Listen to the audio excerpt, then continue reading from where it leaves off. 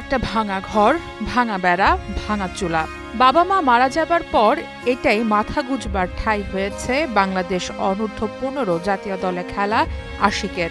সাফে লাল সবুজের পতাকার প্রতিনিধিত্ব করা যে আশিক একসময় খবরের শিরোনাম হতেন জোড়া গোল করে দলকে সেমিফাইনালে তোলে, সে আশিককে নিয়ে এখন শিরোনাম হয় মাদক আর অস্ত্রসহ গ্রেফতার হওয়া নিয়ে।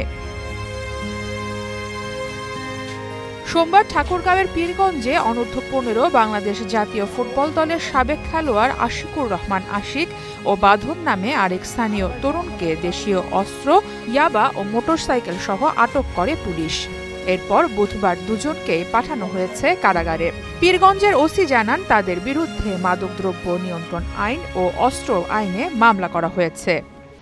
আশিক তার সহযোগী কয়েকজন সহ এখনই বাঁধন ছিল এবং আরমান নামে একজন শীর্ষ মাদক কারবারি, তারা এই মাদক কারবার করার কালে আমরা সেখানে অভিযান চালাই এবং হাতে নাতে মাদক এবং দেশীয় অস্ত্র সহ তাদেরকে আটক করি এবং আরমান পালিয়ে যায়।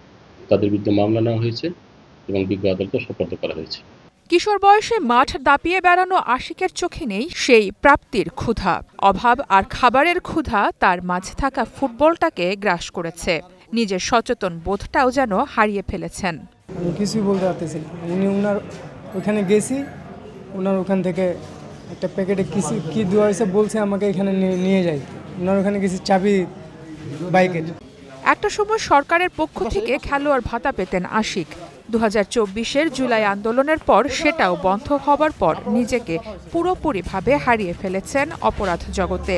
তারপরও আশিককে যারা বেড়ে উঠতে দেখেছেন, সেই স্বজনরা চান মাদকের থাবা থেকে মুক্তি নিয়ে আশিক মাঠে ফিরে আসুক। আশিক তো ভালো ছেলে, সে তো খেলোয়াড় ছিল, সে ভালো খেলতো, কিন্তু এই খেলা ছেড়ে মাদকের বিষয়ে কেমনে ঢুকে গেল, কে নিয়ে গেল, কারা ওকে ওই ব্যবসায় জড়িত করলো, তাদের আমরা বিচার চাই। মা নাই, বাবা নাই, তার কোনো আত্মীয় স্বজন নাই, তার সহযোগিতা সাথে করার লোক নাই, তার কিছু বন্ধু বান্ধব ছিল, তার কিছু সহযোগিতা করতে হয়েছি, অভাব অবর্তন, তার ভিতরে এভাবে কিভাবে চলে গেল ওদিকে, এটাই কি আর আমরা করতে পারছি না। ছেলেটা খুব ভালো একজন ফুটবলার, সে ফুটবলে ভালো বেতন ভাতা পাইতো।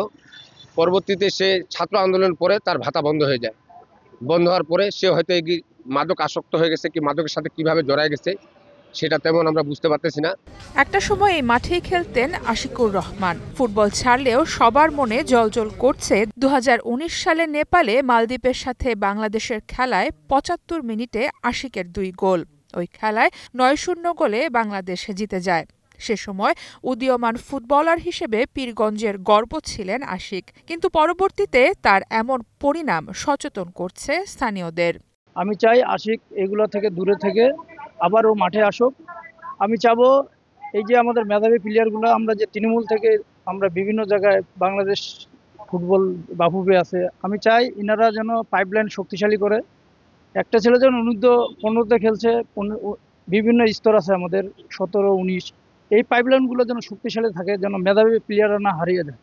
দেশে এখন ফুটবলের জোয়ার। জাতীয় দলের সাথে সাথে অনূর্ধ্ব দলের জন্য বিদেশ থেকে একের পর এক ফুটবলার নিয়ে আসছে বাফুফে।